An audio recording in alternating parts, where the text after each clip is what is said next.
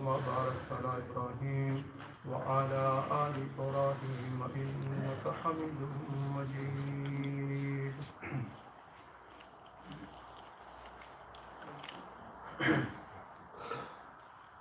Before I commence the translation of the verses which I have recited, and before I start explaining the verses which I have recited, I will humbly ask my elders and my brothers who are sitting in the masjid at this very moment to join us in this circle of tafsir. And I will also humbly ask my mothers and sisters who are sitting downstairs to listen to this Dars Quran and remain silent during this period of Dars Quran. Normally, the report we receive regarding mothers and sisters who come for the purpose of condolence when somebody dies, and when the talk is being given, whether it's Friday or any other day, the mothers and sisters, and they just choose to continue talking along with themselves, with each other. So please, I will humbly ask you, mothers and my sisters who are sitting downstairs while the Dars Quran is going on, please remain silent and listen to it. We, my brothers and elders, at this very moment are sitting in a place which is very beloved to Allah subhanahu wa ta'ala out of all the places on this planet. And also we are sitting in a gathering which is very beloved to Allah subhanahu wa ta'ala, so much so that Allah subhanahu wa ta'ala in such a gathering commands the angels to join it and to spread their wings over these people who are sitting in the gathering. And Allah subhanahu wa ta'ala makes the mention of these very people who are sitting in the gatherings in the heavens before the angels. So we are very fortunate that Allah subhanahu wa ta'ala has given us a tawfiq, and with His grace and tawfiq we have come to masjid. On one occasion, Prophet sallallahu alaihi wasallam, he said, "Lawla Allahu mahtadayna, wala sallayna, wala tasaddaqna." Had it not been the grace of Allah subhanahu wa ta'ala, we would not have been praying and offering the praise to Allah subhanahu wa ta'ala. No, we would have been in a position to give in charity.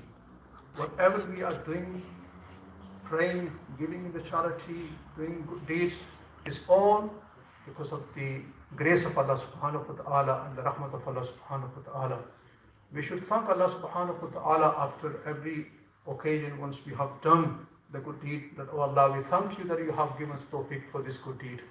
And it is the sunnah of Allah subhanahu wa ta'ala, the more we will pay thanks to Allah subhanahu wa ta'ala, the more we will receive and we will get the tawfiq from Allah subhanahu wa ta'ala to do good.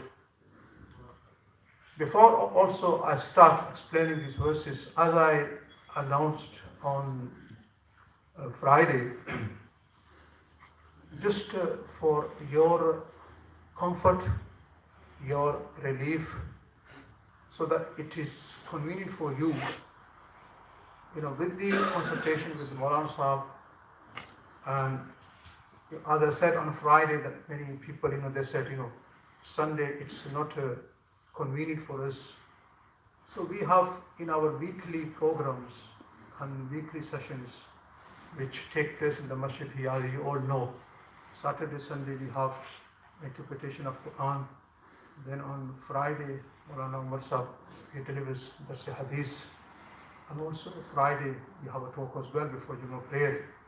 So these weekly sessions and programs which take place in the masjid are already taking place, are going on.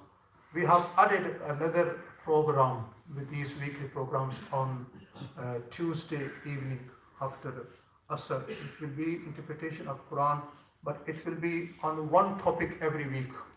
It could be sometimes, one topic may cover 1 or 2 weeks or several weeks, but it will be every week there will be a new topic. So we ask you and we humbly request you, particularly my young brothers, to make these weekly gatherings successful by attending it. Without your attendance, these gatherings will not be successful. And the whole purpose, what is the purpose, objective behind all this? Arranging these gatherings, calling scholars every week in every mosque. You will find speeches are taking place on Friday or other days. The whole purpose is that we listen to these speeches and then we try to make ourselves religious and we connect ourselves with Allah subhanahu wa ta'ala. And let me tell you about ourselves who sit to deliver the talks. Just only delivering, if I'm delivering a talk, don't think this is enough for my success. You might be thinking, and I think there shouldn't be any thought occurring in my mind that this is enough for my success. I'm delivering a talk, I'm preaching to people, I'm calling people towards Allah subhanahu wa ta'ala. This is enough. This is not enough for me. Unless I practice, I act upon what I say to you and what I preach to you. Then I can hope from Allah subhanahu wa ta'ala that He will forgive me and He will show me His mercy. Whereas if I preach and if I neglect what I'm saying to you, then I am in a great danger. So I ask you to make a dua for myself that Allah subhanahu wa ta'ala give us a tawfiq who are in a position to call people towards Allah, that Allah give us tawfiq up to what we say to people. And I make a dua for you all that Allah subhanahu wa ta'ala also give you the tawfiq and the ability that when you come and listen to the speeches, may Allah give you to bring it into practice. But anyhow, the verses which I have decided, in these very verses, Allah subhanahu wa ta'ala is quoting the dialogue of Nuh alayhi salatu salam and his son. And Nuh alayhi salatu salam was informed by Allah subhanahu wa ta'ala through revelation that his nation who have not believed in him will be drowned in the flood. And he was commanded by Allah to build an ark, a boat in which he can board and all those who have believed in him. Eventually, when he completed, making the boat, and it was a 3-story ark, and he was commanded to let the people who have believed in you to board on this ark. And he had 4 sons. 3 of his sons and their wives, along with other believers, boarded the boat. And one of his sons, whose name was mentioned, Canaan, he did not board the ark. Now Allah subhanahu wa ta'ala commanded the sky to rain, and Allah subhanahu wa ta'ala ordered the earth to bulge out the water. So when the flood came, the sky was raining and the water was coming out of the earth, and there was a flood everywhere. Now, while the flood was taking place, the flood was going, the waters of flood was here and there. Nuh alayhi salatu salam, he saw his son and he advised him that, oh my dear son, come and join us in the boat. Board the boat. Now, here can I say something before I go on to explaining what the dialogue was between the father and the son. In this day and age, we find the sons and the daughters being very disobedient to their fathers and mothers. And this is the reality. I don't think anybody will challenge this, and anybody will object and will say, no, this is not happening. It is happening, I know, everybody knows this is happening, and this is very common in the society. Why? it should not be common when our beloved Prophet ﷺ has predicted 1400 years before. He said, a time will come when the sons will bring their friends very close to them and they will keep their fathers away from them. And you know something what he said about the daughters? In that hadith in which Jibreel, the hadith of Jibreel, Rasulullah sallallahu alaihi wasallam, that very hadith, Jibreel came in the form of a human being, in the form of Hadrat Dihya Kalbi. Jibreel alayhi salatu wasalam, generally he used to come to Prophet sallallahu alaihi wasallam in the form of human being, and he used to come in the form of Hadrat Dihya Kalbi radiallahu ta'ala anhu. But on one occasion he came to Prophet sallallahu alaihi wasallam as a stranger. And in that hadith, he asked Prophet ﷺ, what is Iman, what is Islam, what is Ihsan, and he answered. And then he said to him, asked him about the signs of the Qiyamah. About the signs of the Qiyamah. One of the signs of the Qiyamah is what mentioned that a daughter will treat her mother like a master treats his slaves. Now, in the nature of a woman, there is more obedience has been placed than a man. But despite of all this, our Prophet ﷺ is saying a woman will also rebel against her mother. And she will become disobedient to her, and she will treat just like an employer, treats his employees. So, in this day and age, this is very common. And how can we get rid of this? And how can we become obedient to our parents? Number one, dua is there that we should make. If we are involved in this grave sin of being obedient to our parents, we should make a dua to Allah subhanahu wa ta'ala. Oh Allah, you change my evil habit, and you give me the tawfiq that I become obedient to my parents. And then inshallah you will see the impact of your dua, and Allah subhanahu wa ta'ala will make it very easy for you to become obedient to your parents. So I was just saying, the dialogue here between father and son was taking, and today our young brothers and the youth think my friend is more loyal to me than my parents. My friend is more loyal to me than my parents, which is not the case. The reality is opposite. Parents are more loyal, and the teachers are more loyal to their students, and fathers and mothers to their children than friends. These very friends of which we are very proud today. We are very proud, and it's my friend. Rasulullah subhanahu wa ta'ala saying on the day of judgment, these very friends will become your enemies. This friendship of dunya will turn to enmity on the day of judgment. But the friendship of pious people will benefit you on the day of judgment. The pious people, we should. Now, can I say just another thing? Sometimes people, my young brothers think, who are pious people? The concept in their mind is pious is the one who is regarded as a spiritual leader, and so many people turn to him, and we should go to him. And they say, this is very impossible. How can we take out time, while we're so busy in our worldly life, to travel to another town, another city? My brother, this is not the case. You will find pious people in your own masjid.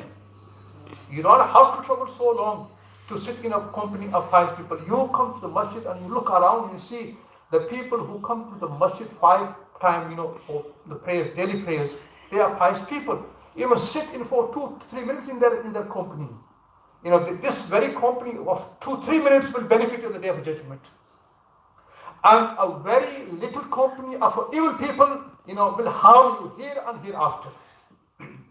So just keep this in your mind, my young brothers. Parents are more loyal to us. Our teachers are more loyal to us than our friends. Unless our friends are pious and righteous, who come to masjid and read their daily 5 prayers, they're connected with the Quran, they're connected with all the good deeds. They are pious people. Sit with them, talk to them, and this very brief gathering will benefit you. So here, when father said to his son, "Oh my son, come join us," and he said to him, "Wala takum ma'al kafirin." Don't be in the company of disbelievers. The father saying, saying to him, "Don't be in the company of disbelievers." He said, "Sa'avi ila jabalin."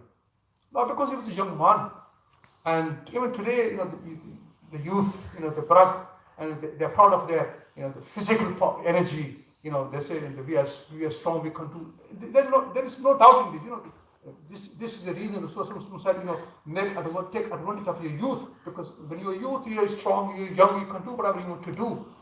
But it's a matter of utilizing, rightly, our youth. We should use our youth period in good activities.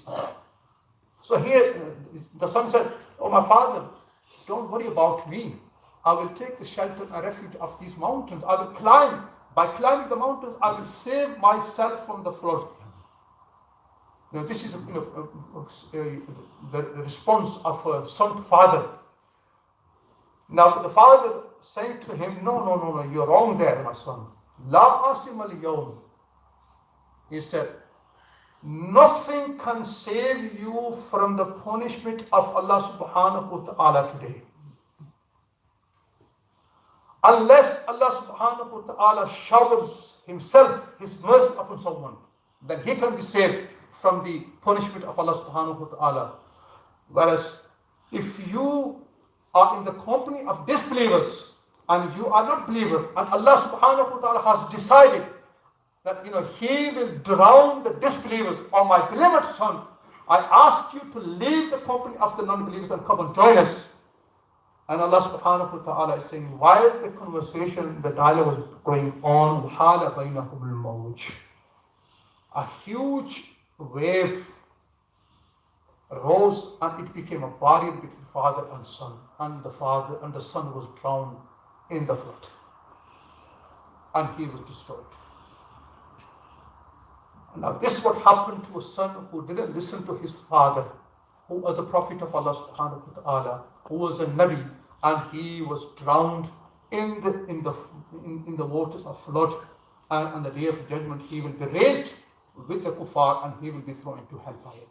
Now what the lesson my young brothers, we should learn from here, the parents, and only one thing you should listen to your parents, and that is la ta'ata lil makhluqin fi ma'siyatil khaliq. When your parents are commanding you to disobey Allah subhanahu wa ta'ala, when your parents are saying, no, forget about the prayers, don't read the prayers, you work, then you are allowed to, disobey your parents and say, no, I'm not going to listen to you here now. There is no obedience of makhluk, creation of Allah, in the disobedience of Allah subhanahu wa ta'ala. When on one side, makhluk, your father is saying, no, you don't obey Allah, you don't offer the prayers, you don't go for Hajj. If you're working, you get money, and Hajj follow you, and your father says, don't go for Hajj. Now here in this case, you can say to father politely, no, I need to go for Hajj, Hajj is far on me. So, father commanding you, mother is commanding you to do something, against the Sharia, then don't listen to parents. Whereas in other cases, even Allah subhanahu wa ta'ala is saying in the Quran to those sons who are believers and their parents are disbelievers, Allah is saying in worldly matters, be kind to them, respect them, love them, look after them.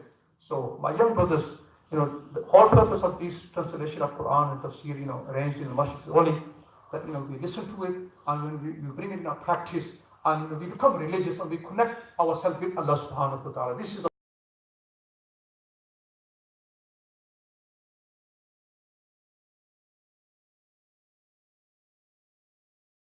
اللهم صل على سيدنا ومولانا محمد وعلى آله وصحبه